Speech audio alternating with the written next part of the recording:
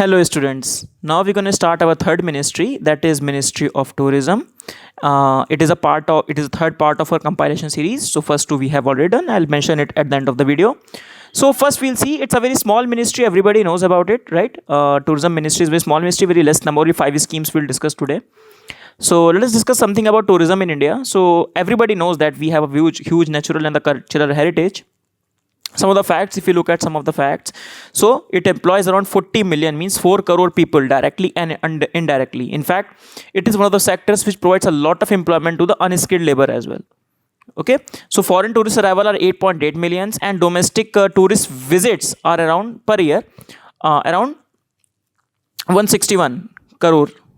Okay, now government wants to increase it to 3200 million, so just double that number. Plus they also want to increase this foreign tourist arrival to 12 million. Okay, so this is targets by 2022. Obviously increase the foreign exchange earnings as well, right? The idea is to India share in the global international tourist arrival. For example, globally tourists go to many places. The tourists go to many places. We'll see few of the places, countries, Spain, France, they go. So we want to make sure that 3% of the tourists come to India. Currently it stands at 1.18%. India having such a huge diversity and huge cultural heritage, we expect that tourism is one of the sector. In fact, it is one of the sunrise sector in India. Okay, so next is travel and tourism index. So before coming to the schemes, let us discuss some context. So World Economic Forum, very famous scheme is there. In every document this report is mentioned, this index is mentioned. Why? Because the India is climbing this index very rapidly. For example, last time we had the 40th rank, now we are at the 34th rank, latest one. So it is released by World Economic Forum. This time the reports topic is travel and tourism at the tipping point. So they have four structure, they have 4 indicators on which they rank the countries, and you can see very good structure they have given. For example, enabling environment, tourism and trade policies, travel and tourism policy, sorry, and then infrastructure and natural and cultural resource. Now you tell me where we are good at. We are very good at here, cultural and natural and cultural resources, but other places we are a bit lagging, right? We'll see that. So now we are 34th rank, the first rank being claimed by the Spain. So please remember also the first rank, because tourism, you see, very important sector in India, and you can any day expect question on the tourism sector in any of the capacities. Okay, and India is one of the movers, right, prime movers in this particular report. It has identified that India is really improving on this index. Second, you see France, Germany, Japan, and then India at the 34th point, right? So these are the 4 criterias. If you talk about specific, where India, this is taken right from the report itself. So India doing well in the other category. For example, as I told you, in the natural resources we are at 14th rank. In the cultural we don't have to remember this. Okay, this is just for your reference, just for the mains. So we are good at natural and the cultural resources. However, we lack at the, for example, few of the things. Enabling environment, 98th rank. Environment sustainability, 128th rank. For example, I'll give you a very brief example of Varanasi. Varanasi recently was in the one of the most polluted city in the country, surpassing Delhi. So Varanasi is one of the hub towns for our one of the important hubs for our tourism, isn't it? Religious tourism especially. So that is the problem. Environment sustainability is a bit problem. Water scarcity, air pollution. So these are the problems. So these are the area where we are still have to travel a long road.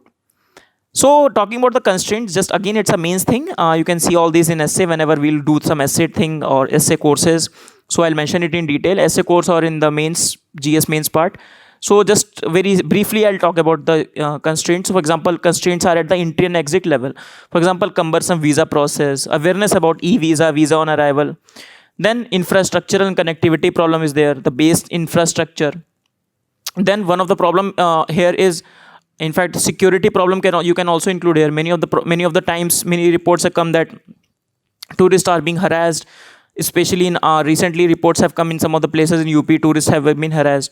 Then lack of tourist circuit.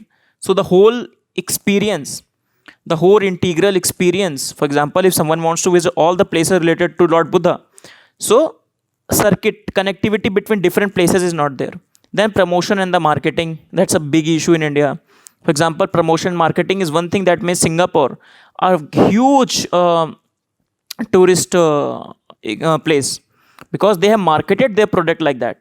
And lastly, the skill of the people. For example, we need multilingual guides who can speak in multiple language, who have better people skill, right?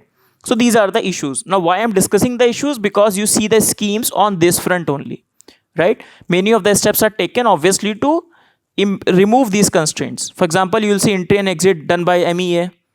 They'll take a lot of initiatives for promoting visa, promoting e-visa, and also promoting a lot of visa on arrival and awareness about it as well. Then infrastructure connectivity, we have many schemes on that front, Bharat Mala, Sagar Mala, and all this, right? Tourist circuit, we will see today, promotion, marketing, and skill development. So all these things are going on to address this challenge. As we have seen, tourism is one of the important sector for Indian policy.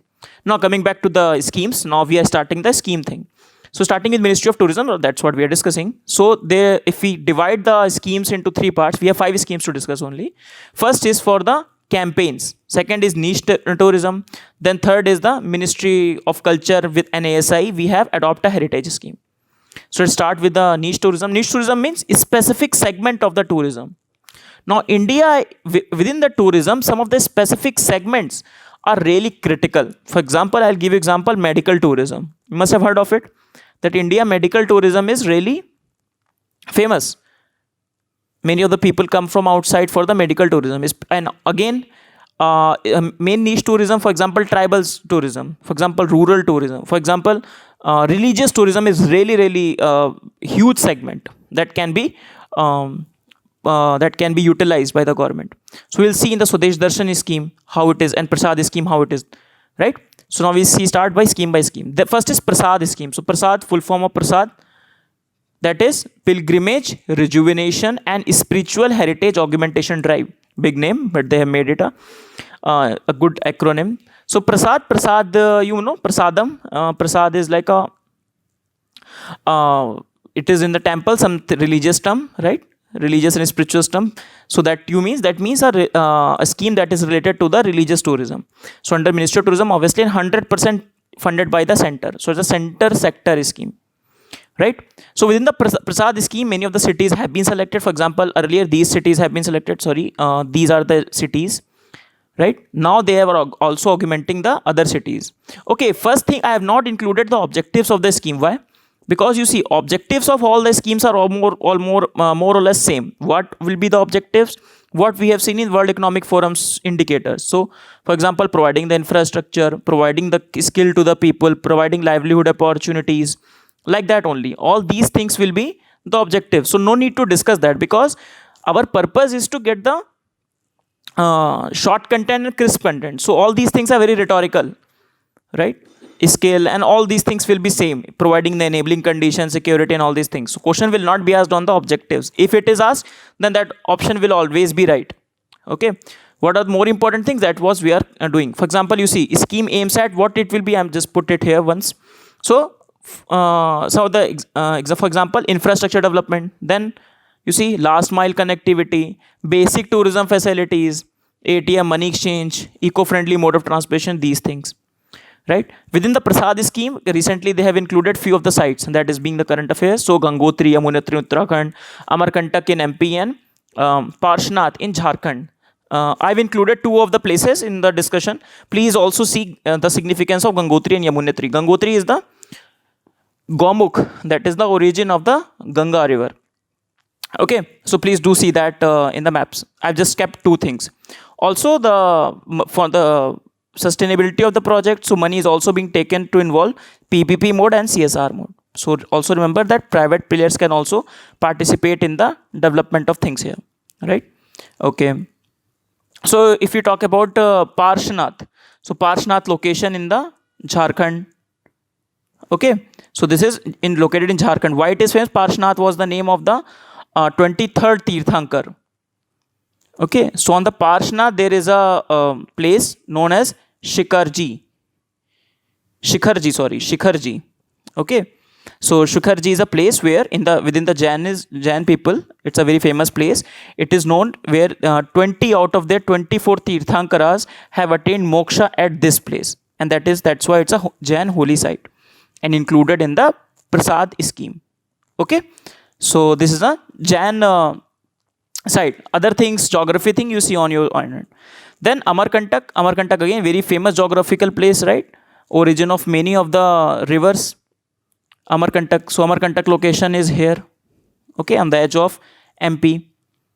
Right, many of the rivers you can see Narmada, Son, and Johila river originate from that, and also very geographical significance is there.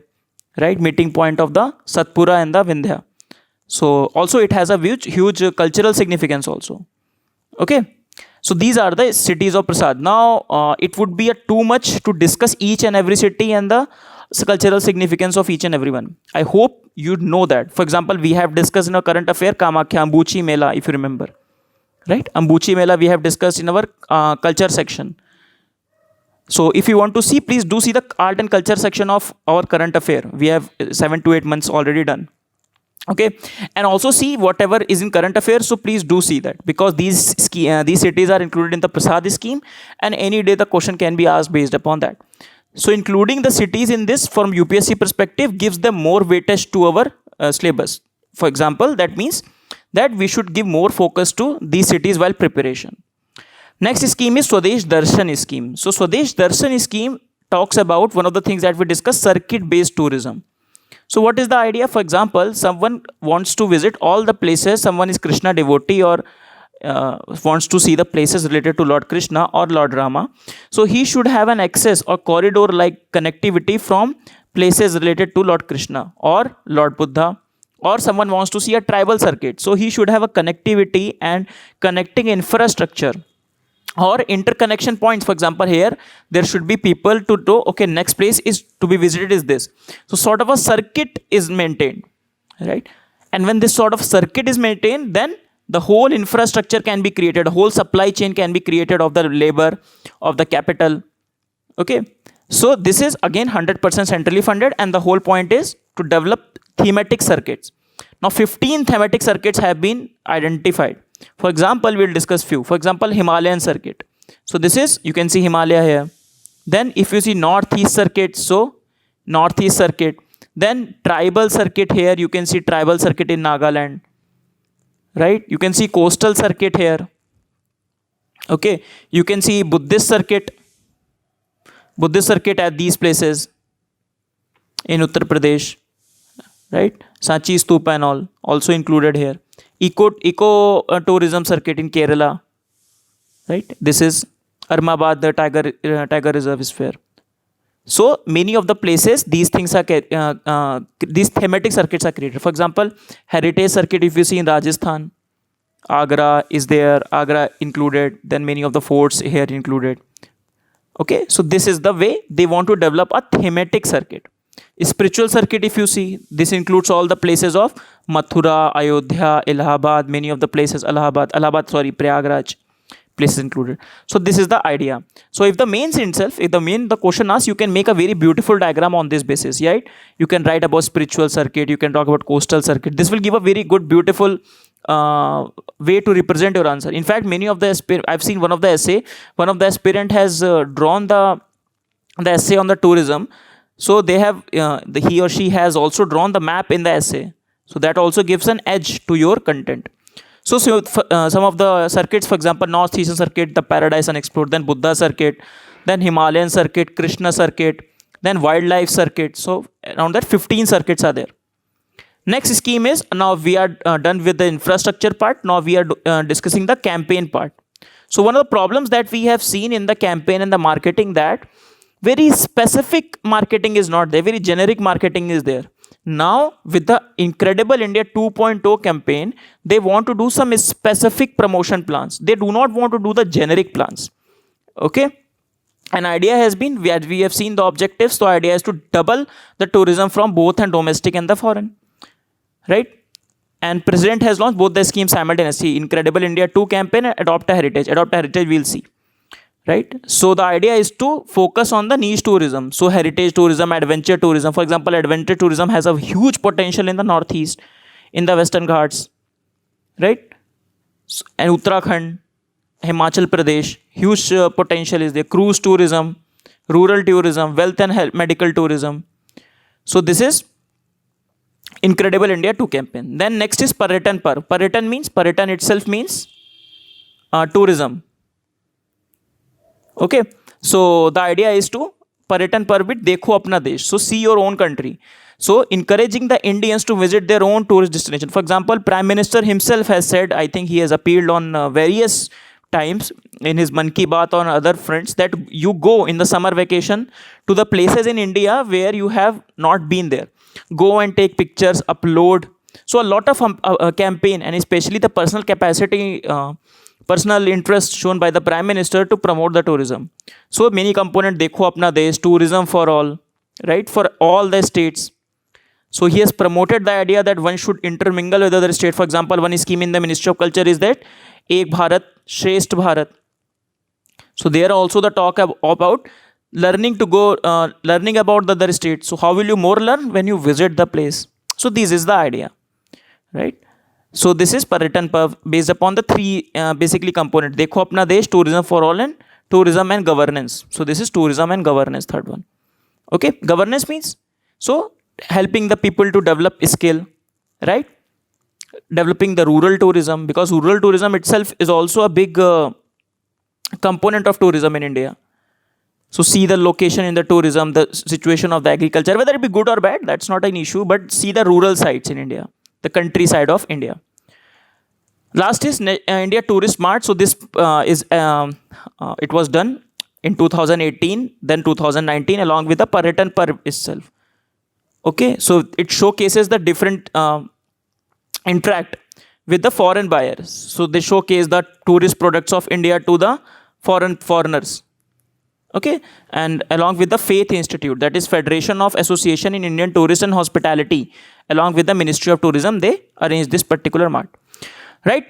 And the last scheme with the Ministry of Culture and ASI is Adopt a Heritage Scheme, that is Apni Dharohar Apni Pehchan. Very controversial when it came. Many of the opposition leaders have opposed this scheme, saying that we are selling off the monument. But in fact, government has been praised by many of the people, many of the reports, many of the articles in the Hindu and Indian Express have praised government for such a scheme. What is that? It includes the private player at the very strategic level. That means, and also not giving up them the ownership of the things, right? So it gives the opportunity for the public sector companies. Remember, here is the issue. What you need to remember: private sector companies and also the citizen and the individual who can take up the opportunity and the responsibility of making the heritage and tourism more sustainable. How will they do that? So they will develop some infrastructure. They will develop some modern capacities, modern amenities there, right? They will maintain the world-class infrastructure. So they will be known as the Monument Mitras. They will be known as the Monument Mitras. Okay. And also for this scheme, no fund will be given by the Ministry of Tourism. And the legal status of the monument will not change. That does not mean that the the monument will pass through to the other one. For example, Birlas have taken care of a few of the monuments in Delhi. Similarly, many of the MOUs have been signed. So how you become Monument Mitra? Simple state, you select the tourist place, then you submit your application, what do you want to do in that, right? And obviously after that, there will be vision bidding. There's a vision bidding is there. What is the vision bidding? So there will be a vision of each and every individual or a company, both private and public, those who will be applying. So they will portray their vision. Okay, within 2 years, we want to establish this, we want to establish this. So whose vision the government will interested in, they will be given the Monument Mitra status. Okay, and also many of the places, companies will not be given access to the non-core areas. For example, very fragile area within the heritage. So they will not be given the access to it. They will be given access to the non-core areas. For example, entry and exits. So amenities at that points, like that. Right? So these will be Adopt a Heritage Scheme. So let us see one video related to this particular scheme, and then we will finish. Thousands of years of Indian heritage has been shaped by great kings, emperors, dynasties and cultures. And now, a unique opportunity presents itself to you to attach your name with India's heritage. Presenting Adopt a Heritage. Apni Dharohar, Apni Pehchan. There are 3,686 archaeological sites, 36 World Heritage Sites, 116 ASI ticketed monuments, and many other heritage sites across India. Each one of them brings to the forefront the elegance and splendor of the bygone era. Therefore, it becomes the responsibility of the citizens to maintain and preserve them. Which is why we, the Ministry of Tourism, Ministry of Culture, and the ASI are calling upon corporate entities, public sector companies, and other corporate citizens to partner with us in our grand initiative. Adopt a heritage. Apni dharohar, apni pehchan.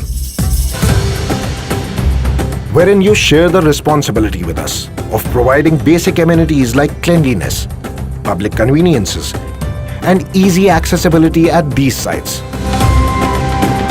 So come, join us. Together we'll work towards preserving not just our glorious past, but also building a brighter tomorrow. So I hope you have seen the video. So let's summarize the Ministry of Tourism. So first, some schemes for niche tourism. Swadesh Darshan circuit base. Then Prasad for specific cities. We have discussed 2 places, right? In the Jharkhand and in the Amarkantak. Then campaign wise, Parritan Parvan, Incredible India 2 campaign. Ministry of Tourism and ASI with Ministry of Tourism is having a adopt a heritage scheme, right? So this is Ministry of Tourism done. Then we'll see next ministry next time. Before that, as I told you, it is the third part of our series. In the first part we discussed Ministry of Minority Affairs. So we discussed in detail about the different components of schemes. Many schemes were there, right? Then Ministry of Environment, Forest and Climate Change. We have discussed many of the components there. And this is the third ministry. So please download all the PDFs from our Amrita channel. Please join, be subscribed to our Amrita channel for downloading the PDFs and the recent content what we are having. Right. So see you in the next class, everyone. This is Ministry of Tourism done. We'll try to finish all the ministries very quickly. First, we are priorities current affairs, but along with that, we'll also publish the ministry-wise video. Right. So see you everyone in the next class. Bye-bye.